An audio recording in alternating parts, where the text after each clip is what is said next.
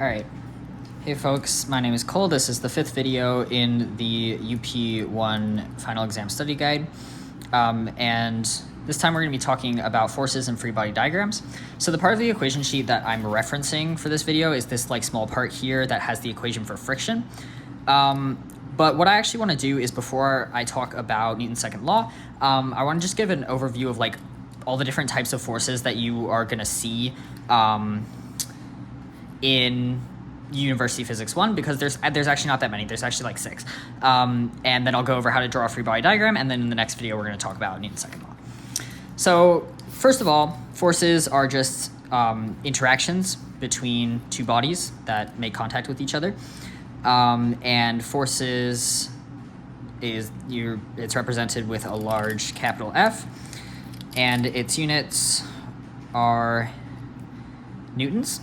And 1 Newton in SI units is 1 kilogram meter per second squared. So now we can get into the types of forces. So there's 6 of them, pretty much. I don't think I'm missing any. And the first one is going to be gravity,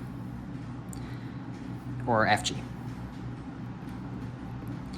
So gravity is the force that we experience due to the attraction between massive bodies. So things with mass attract each other. That's the gravitational force.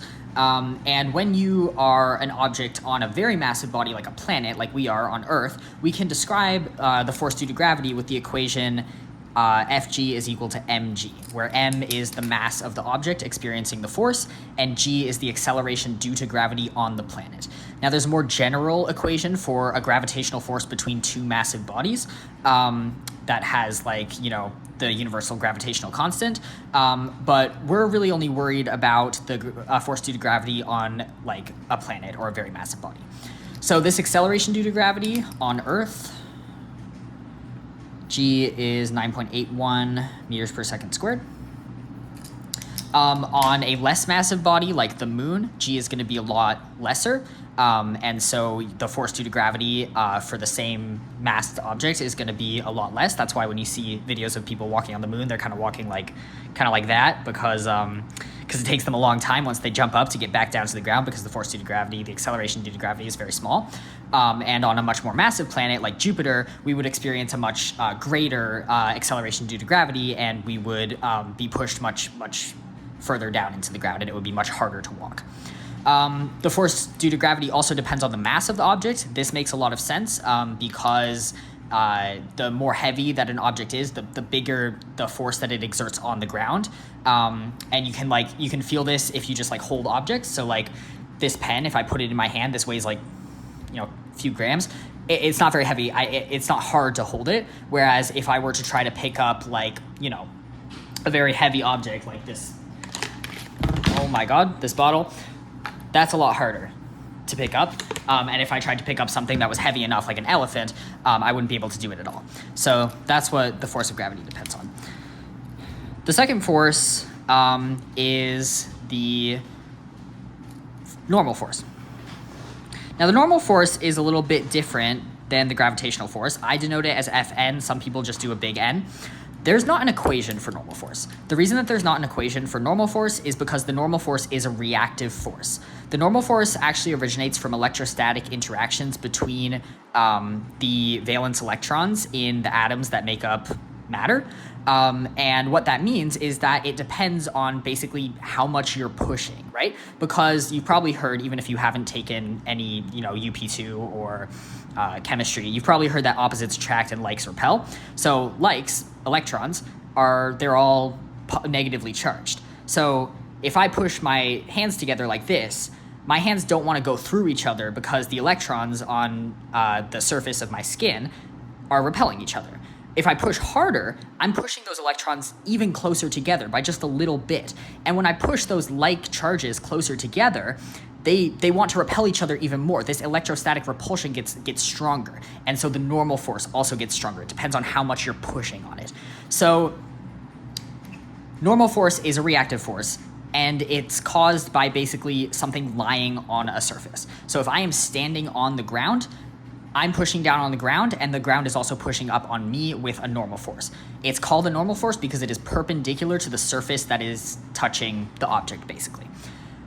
You might want to say that Fn is equal to mg. This is very frequently true. This is true when you have something standing on a horizontal surface and not accelerating. Then the normal force is equal to mg to completely cancel out the force due to gravity. But you have to be careful because that is not always true. Sometimes things are accelerating. Sometimes things are on an angled plane. Sometimes things are like leaning against a wall. In those scenarios, you just have to solve for the normal force. You have to use Newton's second laws, which we'll go over in the next video. Similarly, we have the tension force. And I say similarly because tension, Ft, or big T, is another force that you just simply have to solve for, right? Because tension force results from like pulling up on something with a string or a rod or a chain or whatever. And sometimes it cancels out the force due to gravity entirely. Like if I'm holding this keychain static here, the tension force is completely canceling out the force due to gravity because it's not accelerating. But now if I pull it upwards, well, now the tension force can't be completely canceling out the force due to gravity because it is actually accelerating. There has to be some net force on it, so the tension force has to change. So tension and normal force, you need to solve for using Newton's second law. All right. Now we're going to get to some forces that have equations, but are also a little more complicated. So the first one is the force due to friction. This is the one that's on your equation sheet. So the friction force, it is a reactive force, but it's reactive in that it depends on the normal force. So what that means is we can actually write an equation for it, including the normal force, just knowing that the normal force is reactive and we'll have to solve for the normal force. So there's two types of friction. There's static friction, which we denote force friction static, and there's kinetic friction, which we can denote force friction kinetic. The difference between these is whether your object is actively sliding on a surface and experiencing friction because of that, or if your object is not sliding, not moving along a surface, but it's like trying to slide. It's experiencing some force that's trying to get it to start moving, and the force of static friction is what's keeping it from moving.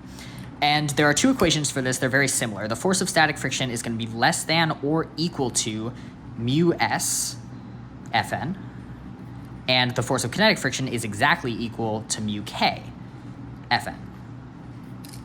So these mu's are something called the coefficients of friction. There's a coefficient of static friction and a coefficient of kinetic friction. It's something that's inherent to a pair of materials, and it's basically like how hard is it for those two materials to slide against each other. The force of static friction is for when the materials are not experiencing any movement and just pushing against each other, and kinetic friction is for when they're actively sliding against each other. Mu s is usually not much, but a little bit bigger than mu k. And that's why when you're like pushing something really heavy, it's like very hard to start it moving, but then once you get it moving, it's maybe a little easier to keep it moving. And then the other thing we can talk about is why Fn is proportional to the forces of friction. Well, it does actually make sense that the normal force would contribute to the force of friction, and you can demonstrate this on your own. You can put your hand on a surface and just rest it there. Just let the weight of your hand, it's like a pound or something, just rest against the surface. Now try to move your hand. It's pretty easy, right? But imagine that you don't have to imagine, you can do it. You can stand up and put all of your weight onto your hand. Now, keep putting all your weight onto your hand and try to move your hand again. It's much harder, right? Because your normal force increased. You started putting more force onto the table, and so the force of static friction went up. The other way to think about it is like pushing something along a surface. This pen is very light, and I can push it along this table.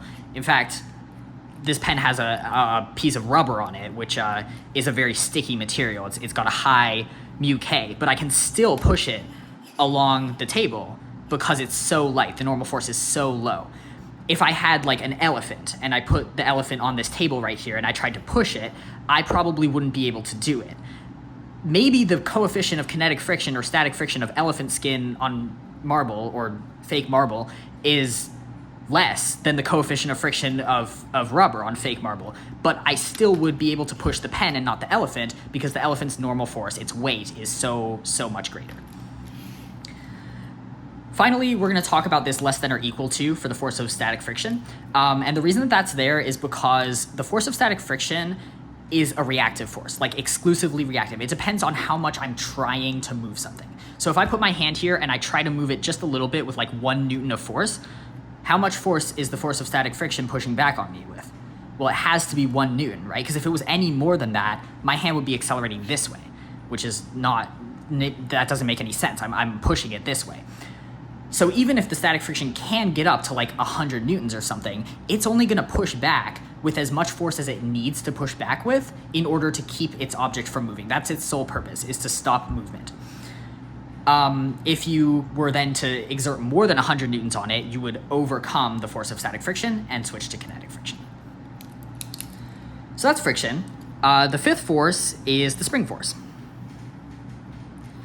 And the spring force is defined by something called Hooke's law. I write it F spring, Fs, and it is equal to negative Kx.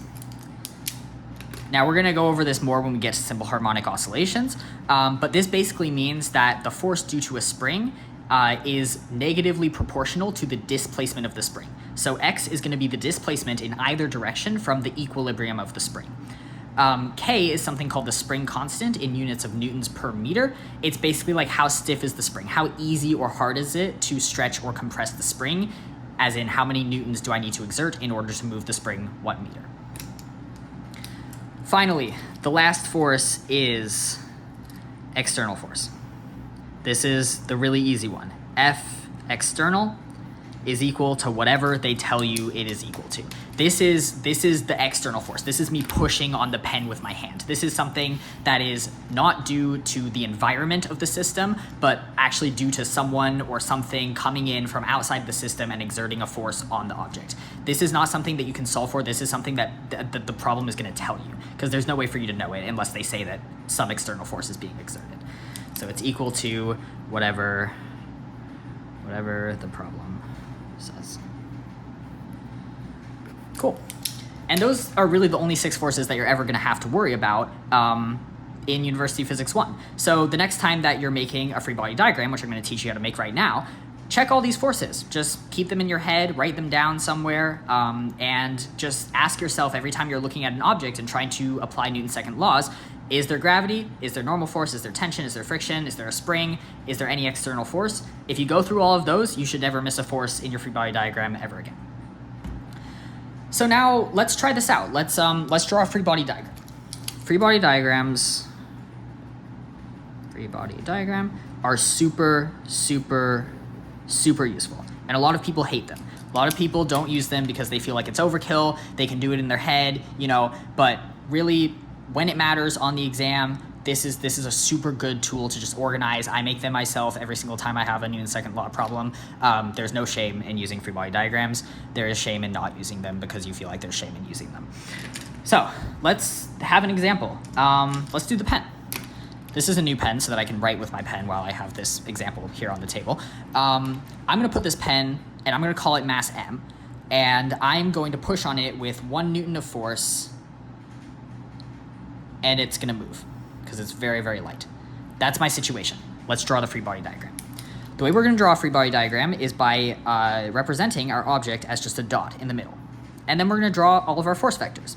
This is going to allow us to visualize how many force vectors there are, how big each vector is, what directions they're pointing in, and it's going to help us visualize the net force on the object, which is what we're going to need for Newton's second law.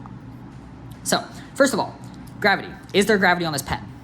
Well, yeah, it's on Earth. Of course there's gravity on this pen. It's pointing downwards. So I'm going to write Fg, pointing downwards. Now, is there normal force? Well, there better be, because it's not accelerating downwards into the table. So I'm also going to draw a normal force upwards. It's in contact with the table, and the electrostatic forces between the pen and the table are exerting a force on the pen. Now, is there tension? I don't think so. You're always going to see a string or a chain, maybe a rod, but usually a string if there's ever tension, if there's not a string, it's a pretty safe bet that there isn't tension, right? So no tension, we can ignore that one. What about friction? I think there is friction. I think there's kinetic friction because I'm moving the pen along the table. It's actively moving. So I'm gonna draw a force of kinetic friction. Let me first define my axes here. I'm gonna say that the movement of the pen is in this direction. That's the velocity of the pen.